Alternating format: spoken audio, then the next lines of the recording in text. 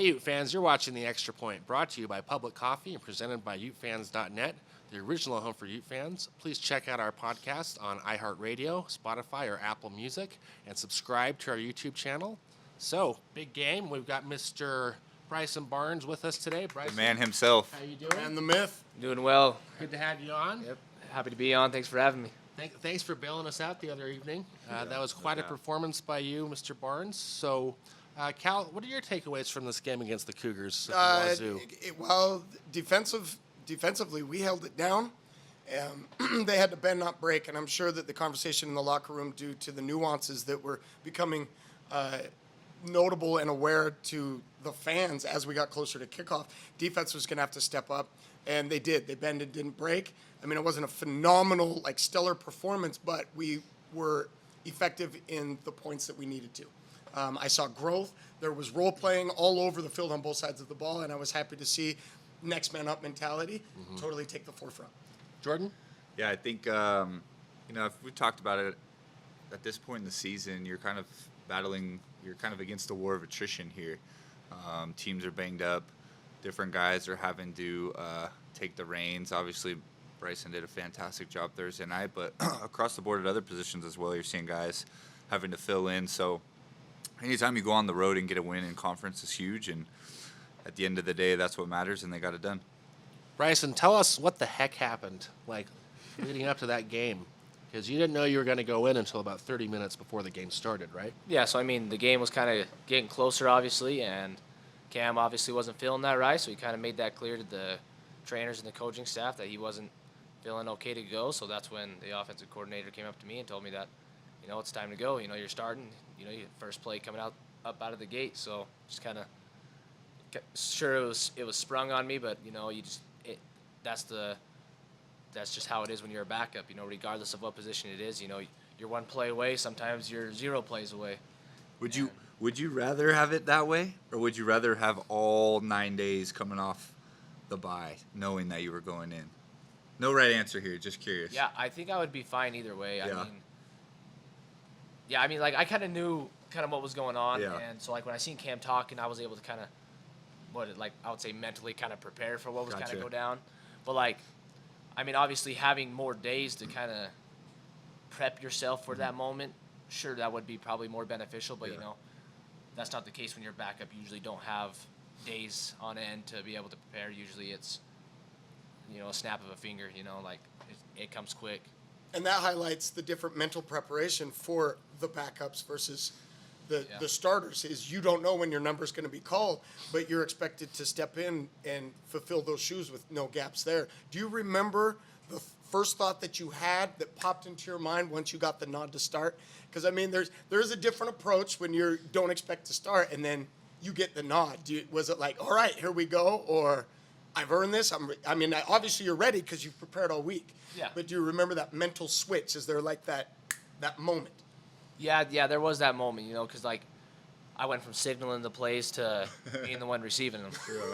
So there was that switch, and the first thing that came to my mind was like, oh man, I better tell my wife and my parents. I love it. Better let them know. So, was there anything that Washington State did that surprised you that you didn't see on film, or any wrinkles that they threw to you when you were out there being the general? No, I didn't really see. I feel like the coaching staff really got us really prepared for this game. I didn't really feel like there was a lot of new things that were thrown our way. They played a lot better coverage, I felt like, than what we've seen on film. Props to them and their defense, because coming into this game, statistically they were ranked as one of the top defenses in the pack. You go back and look at their numbers, they were up there. I can't spit off exactly what it was, but if you were to go and look, coming into that game, their defense was highly ranked. So. And, the thing is that obviously we were depleted. Did you have any doubt in your mind that you were going to lose that game against Washington State? Oh, no, absolutely not. That was the thing. It was I knew if I were to go in, I know what's at stake. If we lose, we're out of the Pac-12 championship betting, things all like that. So I kind of knew what was at stake for the rest of the season. So I'm going, if I go in, I'm not going to lose. That was probably the reason why I wasn't sliding in that game. I was just gonna say. Yeah, I was like, hey man, we were watching. I'm like, I love Bryson, but man, we need to we need to get down a couple of these. Yeah, here, you yeah, know? yeah. I'm like, get down, my man, get down. Yeah, and I think it was just because, man, I wanted to win that sucker so bad. You know, I knew what was at stake, and see, I was running down with a head down mentality. Well, it's a tough environment. It was pretty cold. Yep. It was a pretty cold environment. We talked about that on our last show. We were depleted. Tavion's out.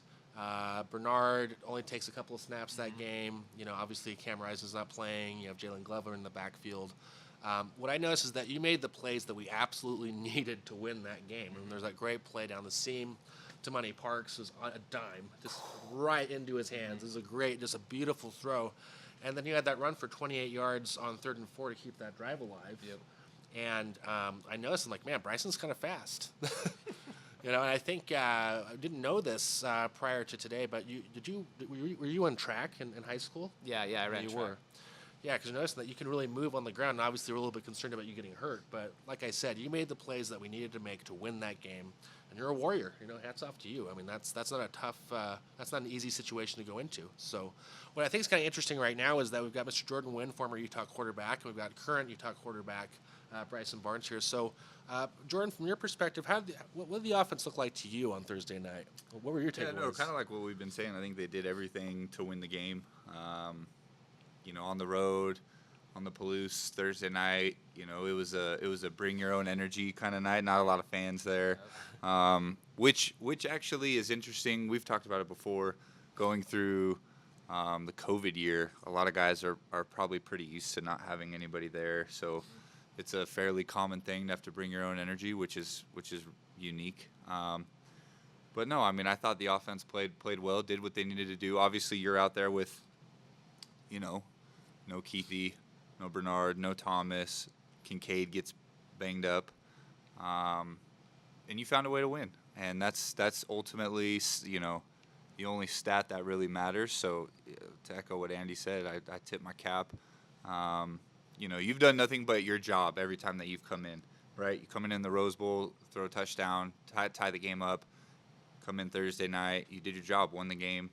And that really speaks to the culture, obviously, that Coach Witt's put into place with the next man up mentality. As far as I'm concerned, the offense didn't look any different. Probably ran the exact same call sheet as if Cam was playing, which is kudos to you. I think, for fans watching, everybody's just, a sigh of relief maybe potentially, or you did your job. And so, you're seizing your opportunity, which is all that you can do. And if you had one play, one call that was kind of like, man, we gotta get this, we gotta make this. Was it the throw to Money on the 3rd down? I mean, that was like a little switch wheel route. I mean, there was a couple of them, man. I can remember. What was it? 4th and 2 or 4th and 3. It hit Glover on their sideline on that drag route out the outside by the boundary to convert on 4th. Then that 3rd and 16 ball to JD. Yep. It was we needed some yards so we can get in field goal range to begin with. We ended up getting the first, but when I ran the play action right there at the end, 3rd and 8, hit Devon Bailey on that comeback. I would say that one was kind of like this is the one we need right here. Yeah, it was a big play. So, Bryson, you go 17 for 27 for 175 yards and a touchdown with a quarterback rating of 129.6. Definitely got the job done. Great game management on your end. Mr. Reliable. And then we have to mention one of our other Ute fans athletes, Mr. Jalen Glover. Jalen Glover looked pretty good. What was his nickname? Does anyone remember? Two-piece. It was two-piece. Two-piece. Yeah, two-piece came through. So 76 yards rushing. He wasn't the only guy rushing the ball. Obviously, Bryson and Jaquindon Jackson were also running the ball. He had a touchdown, and he got the job done. So we have to throw Jalen Glover some love, and obviously we loved having him on our show. And then this is a guy I'm not as familiar with. Is it Mahmoud? Mahmoud. Okay, Mahmoud Diabate. Yeah, so he had one of his best games this Saturday. He had 1.5 sacks, 6 tackles, 2 tackles for loss against the Cougars. So we had some guys that really stepped up in the absence of other players. Mr. Cal Beck, I'm wondering what you took away from the defensive performance last Thursday. Like I started the podcast mentioning, there was role players that needed to step up, next man up mentality. Just like you mentioned, the linebacker getting more reps. It was necessary, and they're starting to come into their own. The defensive rotations have changed drastically since the Florida game. Down on the D-line, the players that are getting their rotations, and that's a good thing because we feel more comfortable with more players getting into certain circumstances and being able to produce. Play action seems to be our number one burr under the saddle, and it's because our defensive backs play so much downhill, especially our strong safeties. I'm speaking or thinking specifically of Cole. Because when you're a downhill on your toes type of player, which our strong safeties are groomed to be, it makes it hard to get back into your zone if you're coming down to stop that play action or the run off the end of the tight ends or the sweeps to fill the run alleys. They're growing into those responsibilities very well, but as I keep reminding our fan base, we're still extremely young on defense. And the only thing that can cure that is time and exposure, and it seems like we're on the exact right path. Bryson, how did it feel to win this game? To know that you went in and you were the quarterback who won that game. I mean, it was great. Obviously, like I said before, I knew it was at stake, and I was gonna win. I wanted to win that game no matter what it took. And so to be able to come out of an away game with a win, I mean, it felt great. Well, thanks, Bryson. It's a pleasure to have you on, and stay tuned for our next segment. Hey, Ute fans, Cal Beck here once again, reminding you that when you are looking for the best coffee, mint limeade, or a burger with onion IPA jam, then you'll have to look no further than the famous and popular Public Coffee House in the shadow of President's Circle, where their in-house concoctions and food never disappoint rookies or veterans alike. Go Utes. Hey, Ute fans, welcome back, and we're still joined by Mr. Bryson Barnes from Milford. Historic Milford, Utah. So, first question I have for Mr. Barnes in this segment is, what's better, Milford or Beaver? Milford. It's funny because all my friends in Beaver are saying something different. Well, it just depends on where you're from. Yeah, I guess you're right. How's the water in Milford? Doesn't taste very great. But for good reason. But I have to say, you fans who are watching, I was in Milford just the other week, and Bryson Barnes is a legend. At least the places I went to. So, questions, Mr. Cal Beck for Mr. Barnes. Obviously, yes, I do. So, Mr. Reliable over there, thank you for your efforts. You have earned Pac-12 academic honor roll, and being an educator, let me express my appreciation for that. One question that I like to ask the athletes is there one class what's the one class that might have gotten in your all Pac-12 academic honor roll? What's been your toughest class so far on campus? I mean, right now I'm in a business communications class. That one kind of sucks. I mean, I don't know how to talk right. I'm from Milford. We don't. As long you say the words to get the point across. It doesn't have to be smart or anything. So, I sound very uneducated when I write, I think, because I'm not going to talk about my grade in the class yet. But anyway, then last semester it was another business class. A lot of reading about Galileo and the philosophies. Was it Intro to Business Foundations? I think so. That's what got me out of a business Trauma. degree. Yeah. I dropped business. Trauma I class. dropped business and switched to econ. After that class, I walked right to my He was advisor and twitching. said, how do I get out of this? Well, thank you for handling your business in the classroom, Appreciate it. regardless of the challenges. You've got 3 brothers and 1 sister. Correct. Who's the best athlete? Hey, man. Dang, I don't know. That's tough. I mean, my sister, she was crazy. She was crazy. My little brother, the one below me, he's pretty good too. Then I got the younger one. He's pretty good as well. I mean, and then I got my oldest brother. He was an athlete too. So. I'm trying to give your siblings some ammunition for Thanksgiving dinner next month. Yeah, man. Hey, next question. Just Yeah, say, hey, great question. Next question. I'm just Some here so I people don't might get refer fined. to you as the hog whisperer because a lot of people don't understand. You grew up on a hog farm, correct? Correct. Rearing hogs, 1,200? 12,000. 12,000, right around, way off by a zero. Oh, my God. One of the questions that I got from a fan was, is your ability to raise hogs through your childhood on the farm, does that lend itself to dealing with the hogs on the front of the line? I would not refer to my offensive linemen as hogs. And I get that. That being an old term from the Washington Redskins from the 90s, their offensive line was called the Hogs. But managing them on the farm, are there any skill sets that you have been able to apply as you're leading an offense that you learned from the farm? Man, I don't think so, man. Those pigs don't listen. I actually have a question here from one of our UFans.net message board posters, Maake. He wants to know which is tougher, fall camp wrestling or dealing with 12,000 pigs? You said fall camp wrestling. Or dealing with 12,000 pigs? I'm gonna say wrestling. Wow. I can get Okay. that. All right. Now I've got one more for Sure. you. This was written a little bit ago. Hello, my name is Bryson Barnes. I live in Milford, Utah, located just north of Cedar City. I play quarterback at my high school, and I'm on the verge of breaking some of Utah's all-time records. I have received many awards throughout my career as a quarterback. In 2017 and 18, I was the Mid-Utah Radio Offensive Player of the Year and Overall Football Player of the Year. I am also 3 times first-team All-State and the 2018 League MVP. My team also won back-to-back titles in 17 and 18. I am also a multi-sport athlete competing in wrestling, track, and baseball. In 2019, I received the Mid-Utah Radio Overall Male Athlete of the Year. In wrestling, I am the 2018 state champ and was elected to the 1A, 2A All-Star team. I also ended the season on a 34-1 record. In track, and we talked about this, my events range from the 100-meter to the 800-meter.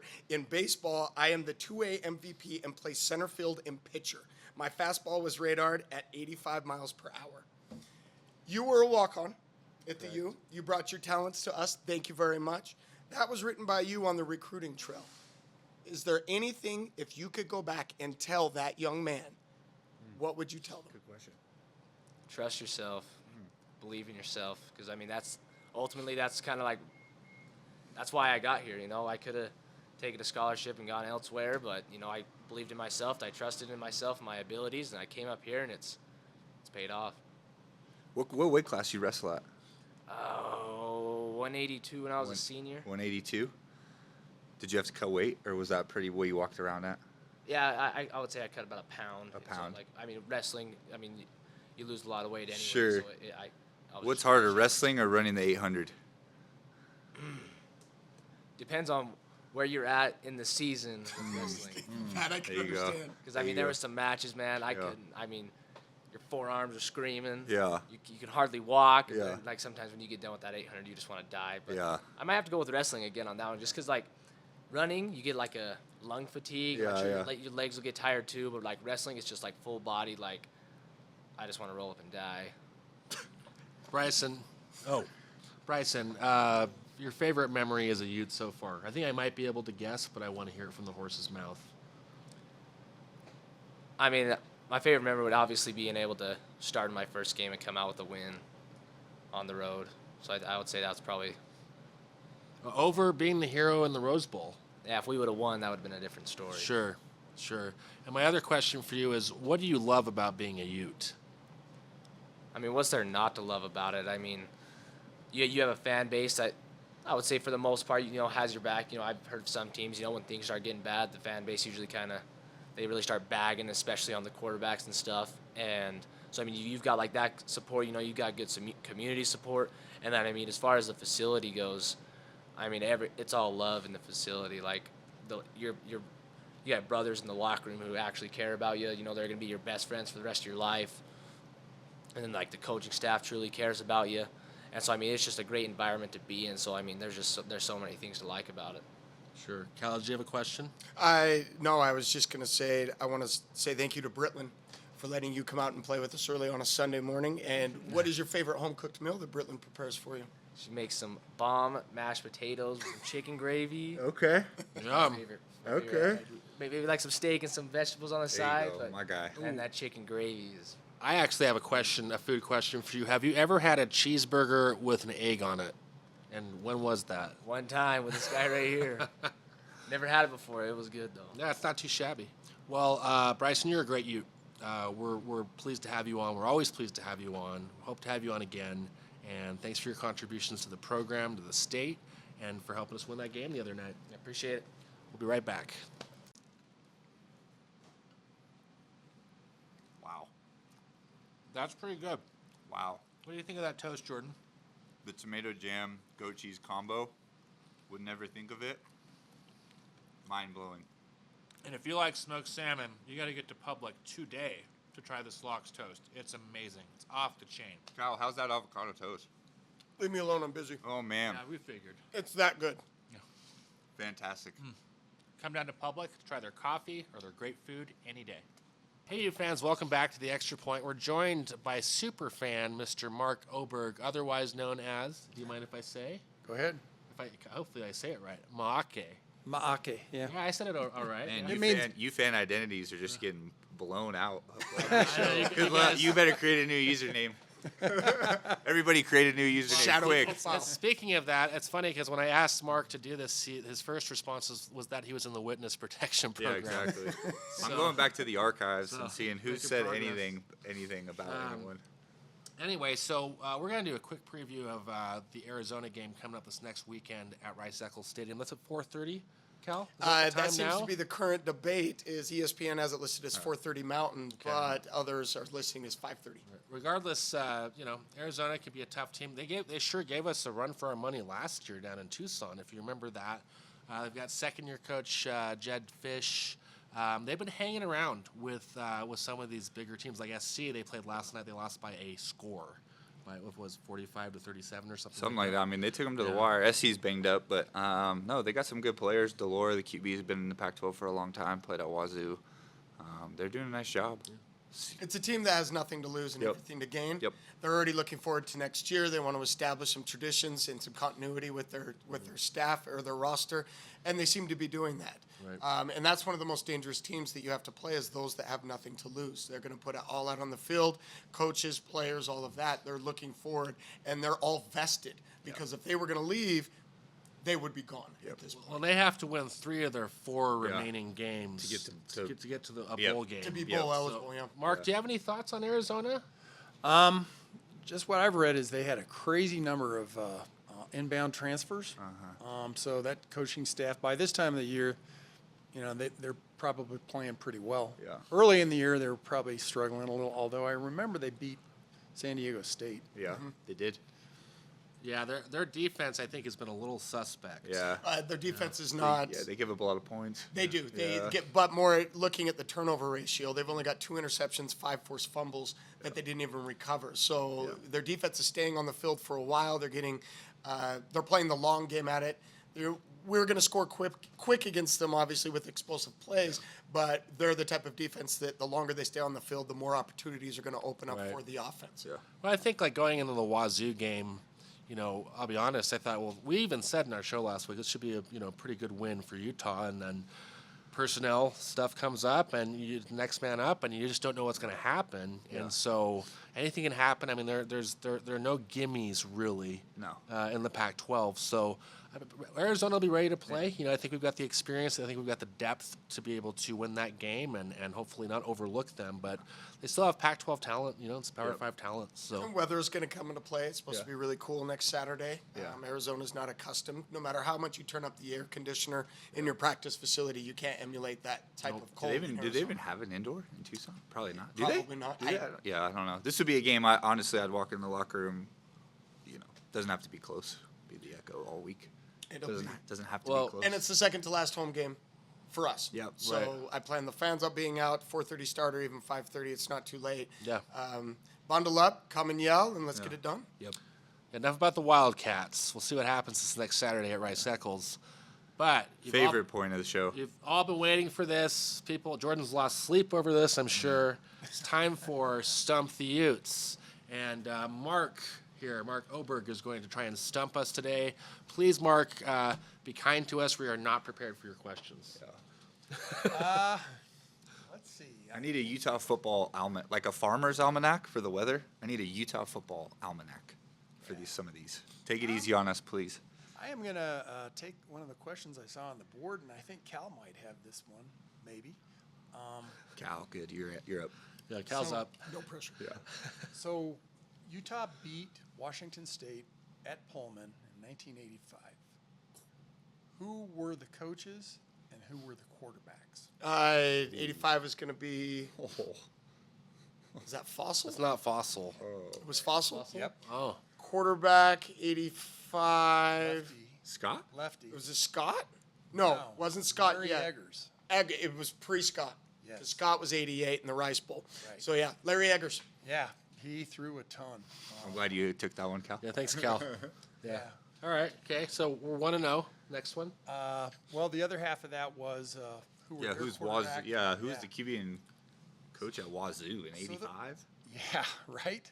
I was -5 years old. Just gonna throw that out there. Right? This is Not even a unfair. sparkle in the eye. -5.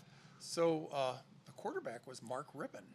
Oh, okay. Went on to- Whose son is in the NFL now? Yes. I think his son's name's Brett. The coach was a guy named, I think, Jim Alden. The game is actually on YouTube. The whole game is? Yeah, pretty Really? sure. Yeah, I think the game is on YouTube. So I did that see was- a clip of that. That was one of the Errol Tucker games.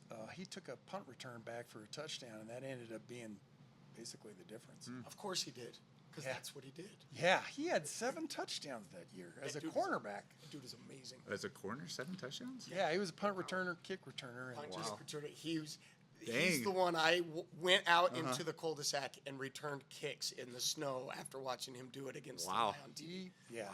he's a legend. Yes. Errol Tucker. Mark, do you mind if Tucker. I ask a question from Hoop Ute on the board? Go Just because ahead. I want to know. This is actually kind of interesting. Hoop Ute. This is to Hoop Ute, if you're watching. Your identity will be revealed And I one do day. not know the answer, but in the 1980s, the Utah women's dance team got in trouble for their attire during a halftime show. What was the offensive attire? And for a bonus point, what was the nickname of the dance troupe in that era? I have no idea. I wasn't born in the 80s, so. Do you know this? It was a You wardrobe know- malfunction. Like a Janet Jackson Yeah, type I malfunction? was going to No? say, I mean, like, women's dance team, I don't know. I mean, I could look it up, but I just think it's kind of an interesting. Hoop Ute, no clue. Yeah. I defer. Stumped. I remember Yeah. Cougar fans yelling at the Crimson Line, dancing in Rice when they were doing the can-can. I'm serious. They were like, "You know all about that Utah," and I'm like, "That's not a bad thing, sir." But I couldn't give you a specific answer as to the attire. Can I just segue into how about the team down south losing Saturday? Why are you bringing up? Why are you bringing up that? Oh, this is Stump the Utes. I know, but can I just say your how place. like I was happy? Well, we're all thrilled. God, we didn't talk about it at all. I'd just like to bring it to the forefront real quick. I'm trying not to sip that. Losing Gatorade. losing to directional schools I'm at home. I'm trying not to sip that Gatorade, but I the drink losing it. streak I is so drink hard. it. I drink it every morning. That's our shout out to Yeah. Cougar Board, by the way. You guys are watching. We know that you're our biggest I know- fans. I know Cougar Board We know loves me. we know that you guys love us. So Is there no answer for the? I don't know the. I don't know we the don't- answer. we I don't- don't know the I answer. don't know Does the anybody- answer. does Thank you, anybody- Hoop You. I think Hoop we'll you. have to. I think we'll have to check on that next Yeah. week. But before we wrap up, I just have to mention we did make some mistakes. The highest ranked team, if one of our previous shows, yeah. the highest Oregon. ranked team we beat at Yeah. home. Oregon. I said Stanford. Cal said, yes, you're right. And I thought I was right. We beat Oregon, ranked number 3 Oregon last year Yeah. at home. I'm That's not our even highest. thinking about Oregon because Yeah. I one game at a time. Yeah. So Oregon. We was also out. took them to the woodshed both times we played them last year. Lovely. And then there was another question, too, I can't remember that we got wrong. But we're doing our best to get those right. You know, we're not perfect here. Maybe Jordan Wynn, but aside from him, yeah, Far from it. we're not perfect. So thanks for joining us, Mark. Thanks for coming on. It's been a Thank pleasure. you. Likewise. And, stay tuned for our next podcast. Please subscribe to our YouTube channel. Check us out on Apple Music, Spotify, or iHeartRadio. And go you. Go Utes. Go Utes. Can I kick it? Yes, you can. Can I kick it? Yes, you can. That was his class. As usual, pregame rituals here for us, you know.